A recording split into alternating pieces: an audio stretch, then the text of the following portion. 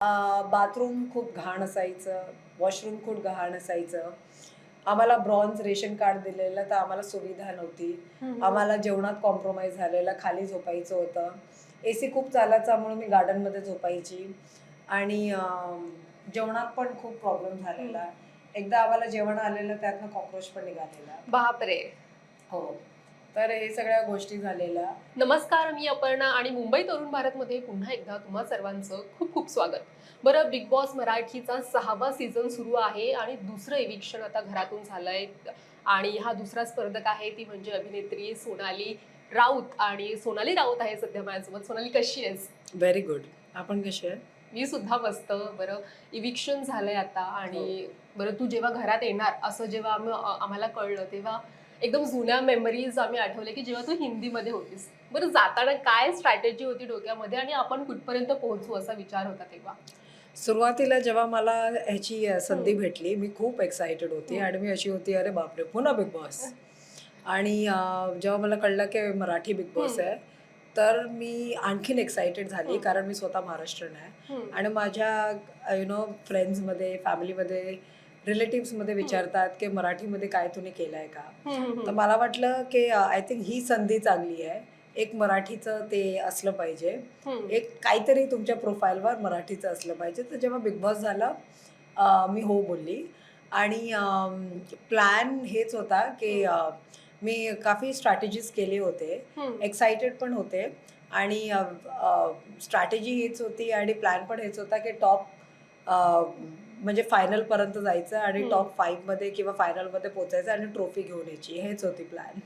बरं, बिग बॉसच्या घरात पहिल्या दिवसापासून बऱ्याचशा गोष्टी झाल्या आणि हो. तुझ्या एंट्रीपासूनच बातम्या व्हायला सुरुवात झाली हं. होतीच. जेव्हा तू भाऊंना म्हणालीस, की "अरे, तुम्हाला भाऊ म्हणायचंय का?" वगैरे हं. तेव्हापासून. जेव्हा तू बिग बॉसच्या घराच्या बाहेर आलीस, तेव्हा काय शॉकिंग न्यूज तुला वाचायला मिळाल्या स्वतःविषयी? ॲक्चुअली मी माझा फोन एवढा चेक नाही केलाय, हं, कारण मी फोनवर एवढी नसते. ओके. शॉकिंग न्यूज तर हेच आहे, की माझ्यासाठी शॉकिंग आहे, की मला इन्फेक्शन झालंय. तर मी ओके. फर्स्ट गोष्ट हे होती, की मला डॉक्टरची ट्रीटमेंट हं, हं, पाहिजे हं. आणि डॉक्टरनी सांगितलं, की तुला स्कॅबिस झालंय.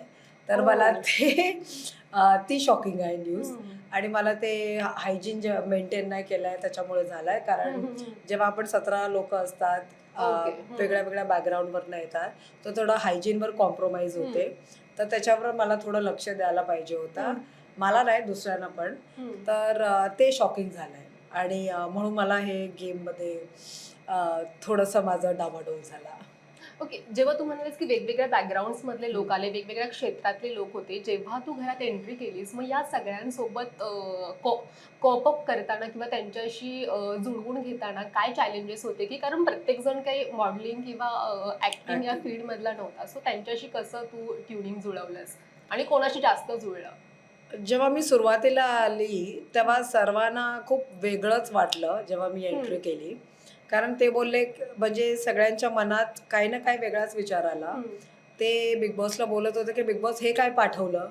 हं, म्हणजे सगळे एकमेकांशी रिलेट करत होते, पण माझ्याशी रिलेट करत नव्हते. हं, आणि मी पण त्यांच्याशी रिलेट करत नव्हते, कारण ज्या बॅकग्राऊंडवरनं मी येत होते, थोडं वेगळं पडत होतं. हं, पण मग मी ते मेंटली मी प्रिपेअर्ड होती, हं, की असं-असं हे सगळं असणार. आणि जेव्हा मी पर्सनली भेटली, जेव्हा मी त्यांच्याशी बोलली, त्यांचं जेव्हा मी स्टोरीज ऐकली, तेव्हा मला कळण्यात आलं, की कोण कसं आहे हं, आणि हं, मी ऑनेस्टली सांगते, की सर्व खूप चांगले आहे हं. आणि ते खूप जमिनीच्या म्हणजे ते खूप डाउन जमिनीची टू अर्थ हां, आहेत. खूप डाउन टू अर्थ आहे. ते खूप सिंपल आहे. हं, त्यांची स्टोरीज खूप ब्युटिफुल आहे. हं, कोण शेतात काम करते, कोण पाणी देते शेतात, हं, कोणाची मम्मी हॉस्पिटलमध्ये हं, साफ-सफाईचं काम करते, कोणाचे वडील डिलिव्हरी बॉय आहे, कोण हमालीचं काम हं, करते. तर हं. इतक्या वेगवेगळ्या बॅकग्राऊंडमधनं मी लोकांशी इंटरॅक्ट केलं आणि मला समजूत होती आणि जेव्हाही ते ट्रिगर किंवा त्यांचे ट्रॉमा बाहेर येत होते किंवा हं. स्ट्रगल मला ते म्हणजे मला ते समजण्यात येत होतं, की हे कुठून येतंय. बरं, जेव्हा तू हिंदीमध्ये होतीस आणि त्या आय थिंक 10 इयर्स नंतर आता हं. तू पुन्हा आली आहेस. सो हिंदी बिग बॉस आणि मराठीमध्ये काय आता चेंजेस झालेत? तुला काय जाणवलं वेगळेपण? आय थिंक वेगळेपणा हेच आहे, की हिंदी बिग बॉस क्वालिटी खूप चांगली आहे हं, हं, हं. आणि मराठीमध्ये आय थिंक तिथे थोडासा एक प्रश्न आहे. आता सेट पण चेंज झालाय, कारण आमचा जेव्हा सेट लागलेला हिंदीचा तो लोणावळ्यामध्ये लागलेला, ओके. आता गोरेगावमध्ये लागतो. तर खूप साऱ्या गोष्टी आहेत जो सेट बनवतात. मला वाटतं तिथे माकडं येतात, तर त्याच्यामुळे तो अख्खा सेट बंद केलेला आहे. आणि त्याच्यामुळे व्हेंटिलेशन नाही आणि AC खूप सुरू असतो. मला वाटते ते इक्विपमेंटसाठी, कॅमेरासाठी का त्यांचं जे टेक्निकल असते ते मेंटेन करण्यासाठी. तर म्हणजे खूप कठीण झालंय. मला तसं वाटलं. आणि लोणावळा तुम्हाला माहिती आहे ते एक हिल स्टेशन आहे, तर सुंदर वातावरण, सगळं ओपन नेचरमध्ये. आणि आणखीन मला फरक हे दिसला की सेलिब्रिटीज, तर हिंदीमध्ये सगळे माझ्या वेळेस सेलिब्रिटी आलेले.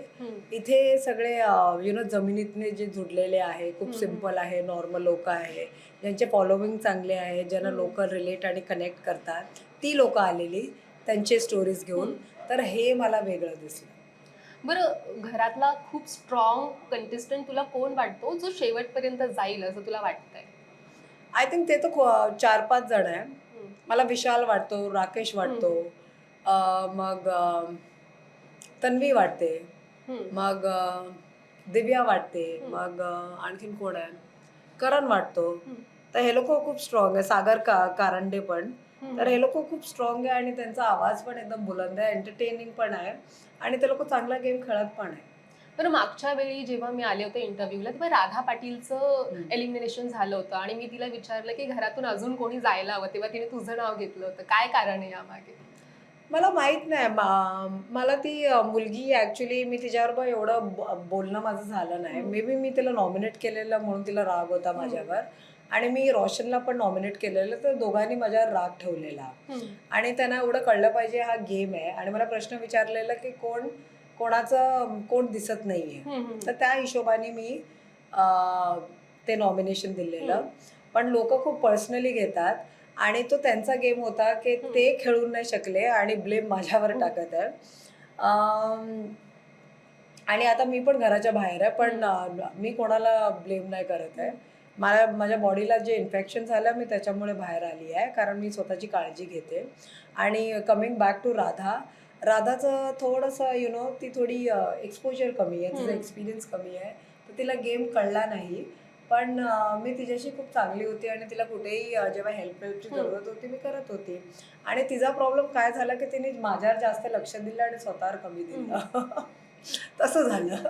पण फ्रेंडशिप झाली आहे कोणाशी की आता बिग बॉस संपल्यानंतर पुन्हा भेटणार आहात अशा लेवलची झाली? कारण कमी वेळ होता तुझ्याकडे ऑफकोर्स, पण तरी सुद्धा. माझी सगळ्यांबरोबर फ्रेंडशिप झाली. मी खूप न्यूट्रल होती. मी सर्वांबरोबर बसायची, बोलायची, हसायची, खेळायची.